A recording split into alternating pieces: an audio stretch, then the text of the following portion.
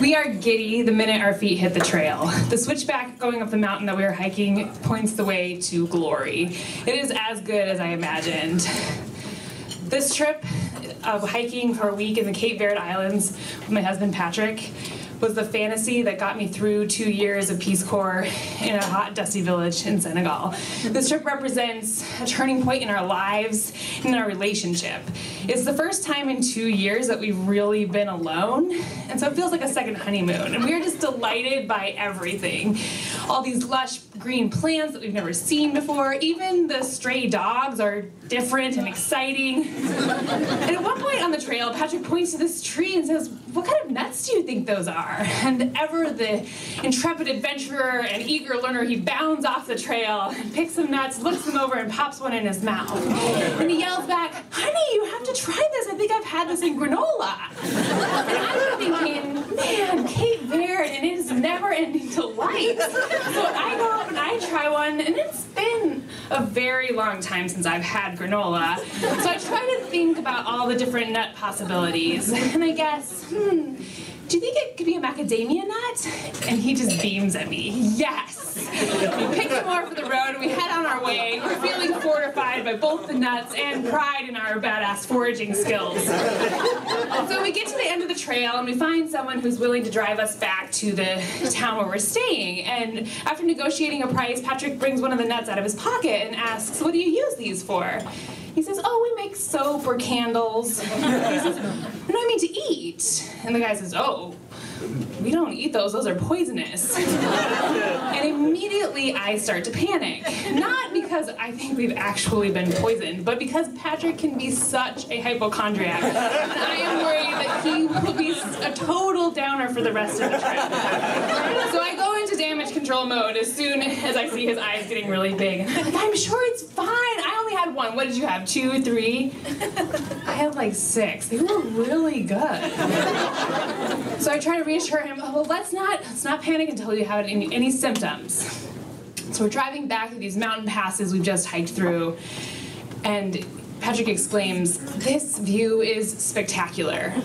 I am going to vomit." So we pull off the side of the road, and he throws off a cliff into a very pretty view, but symptoms. And I say, "Oh, at least it's out of your system. I'm sure it's going to be fine." But that night, he gets worse and worse. He gets to the point that in Peace Corps we referred to as gargoyling, where it's coming out both ends. And I still feel absolutely fine, so I'm trying to pretend that I'm still on a romantic vacation. But the next morning, I wake up to this nagging memory of this time in Senegal when Patrick thought he was really sick, and I didn't really believe him. And then it turned out he had typhoid. So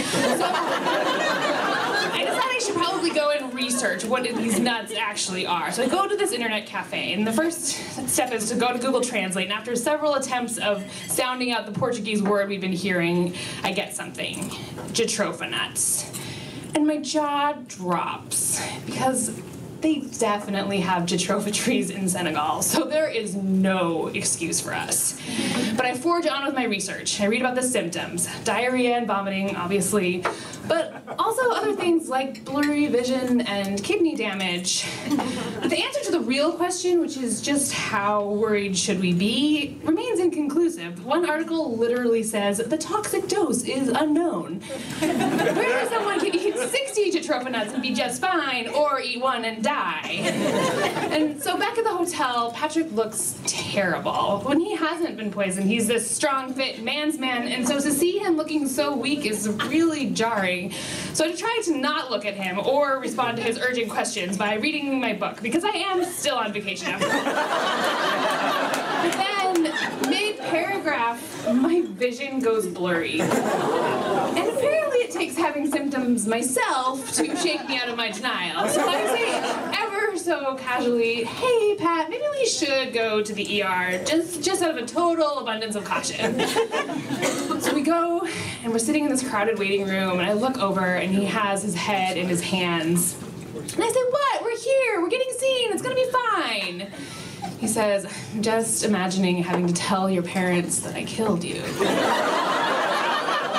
What were we thinking? And this is the very question that I've been trying to avoid. I don't know. We survived Peace Corps, we felt invincible. Obviously we're not, and we have crossed over from badasses to idiots. We wait for a very long time, long enough that I start to join Patrick in his desperation. What if it's not going to be fine? And then I remember I have enough credit on my Senegalese cell phone to make one short phone call to the United States. But who do you call in this situation? And then it comes to me, and I dial. My friend who's doing an internship at the CDC answers. I'm like, hey, listen, there's no time to explain, but we've eaten jatropha nuts, and we need you to get in touch with poison control and let us know if we're gonna be okay. And after an eternity, he calls us back and was like, hey guys, so poison control says you're probably gonna be fine and it should pass in 24 hours. I look at Patrick and I'm like, hey, we're fine, let's get out of here. And as we're leaving the ER, a thought creeps into my head that we actually are invincible. But I fight it back. Because now that we're probably gonna survive, we have our whole lives in front of us. So we should take better care of ourselves.